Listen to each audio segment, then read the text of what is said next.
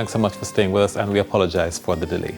Now let's have a look at the Caribbean area, where we can see stable conditions persisting across sections of the eastern portion of the Caribbean basin. We're watching a weak tropical wave that does have some clouds, showers and thunderstorms about to move into the open waters of the Caribbean over the next day or so. Currently, we do have some scattered showers across sections of the southern leewards.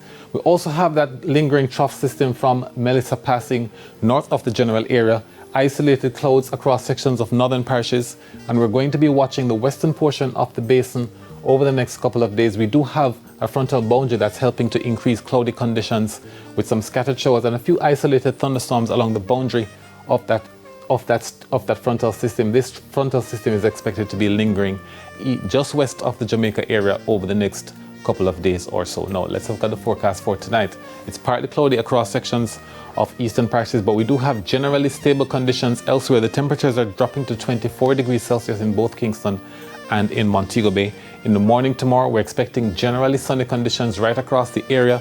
For the afternoon, look for isolated showers mainly across inland areas of central parishes. We do have temperatures reaching 33 degrees Celsius in Kingston, and we expect the temperature to get to 30 degrees Celsius for Montego Bay.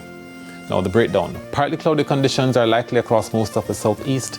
A few showers are expected in the afternoon in Spanish Town and in Mandeville. Further west, isolated thunderstorms are likely for Santa Cruz, also for Savannah Lamar. It's partly cloudy in Black River, partly cloudy in Negril. We're also expecting it to be partly cloudy to mostly cloudy for Port Antonio and Port Maria.